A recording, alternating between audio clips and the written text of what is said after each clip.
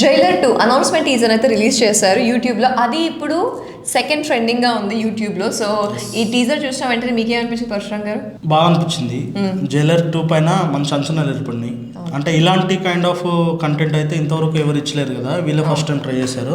అంటే music director Nelson గారు and వాళ్ళ కన్వర్జేషన్ బాగుంది.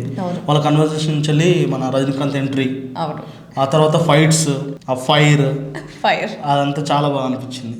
అందులో ఇంకా కామెడీ ఎలిమెంట్ కూడా మిక్స్ చేశారు కాబట్టి చాలా బాగా అనిపించింది. అంటే మన నెల్సన్ గారి సినిమాలో ఉంటది కదా డార్క్ కామెడీ, ఇలా వీరు వేసిన ఈ పర్ఫార్మెన్స్ లో కూడా అదే కామెడీని చూపించారు. అవును.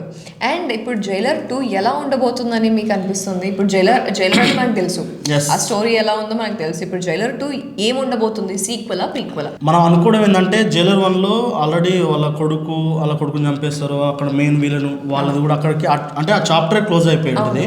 సో ఆ తర్వాత చెప్పడానికి ఎక్స్టెండ్ ఏమైనా ఉంటుందంటే అది ఇక వీళ్ళ ఆలోచన, అంటే మనం దాన్ని గెస్ చేయలేము.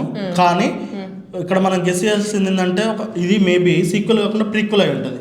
సో మనకు పార్ట్ 1 కొన్ని సీన్స్లలో జైలర్ ఉన్న రజనీకాంత్ ఆయన, అంటే ఈయన ఒక మోనార్కుడు అన్నట్టు, ఎవరి మాట విన్నారు అన్నట్టు కొన్ని అంటే డైలాగ్ చెప్పడంలో ఒక పాటలో చూపెడతారు, అది ఫుల్ ఫ్లెజ్ లో చూపెట్టలేదు. సో దాన్ని పార్ట్ 1 లాగా ఈ అంటే ఇందులో ప్రీక్వెల్లో అది చూపించే అవకాశం ఉన్నది. సో ఈ జైలర్ 2 గురించి ఇప్పటి వరకు అయితే మనకి ఎక్కువ వీడియోస్ అయితే రిలీజ్ అవ్వలేదు కాబట్టి మనం ఇంకెక్కువగా చెప్పలేకపోతున్నాం ఫర్ షూర్గా ఇది ఏముండబోతుంది, ఎలా ఉండబోతుంది అని చెప్పేసి.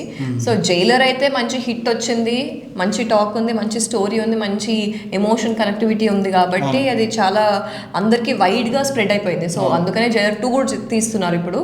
సో ఇంకా ఇంకేమైనా వీడియోస్ రిలీజ్ అయితే దాని ప్రకారంగా వీ కెన్ యాంటిసిపేట్ ఏముండబోతుందని మనం ఇంకా రివ్యూస్ చేయొచ్చు. సో ఇప్పటికైతే this is up for this review, and for more reviews do follow Rouse and Films.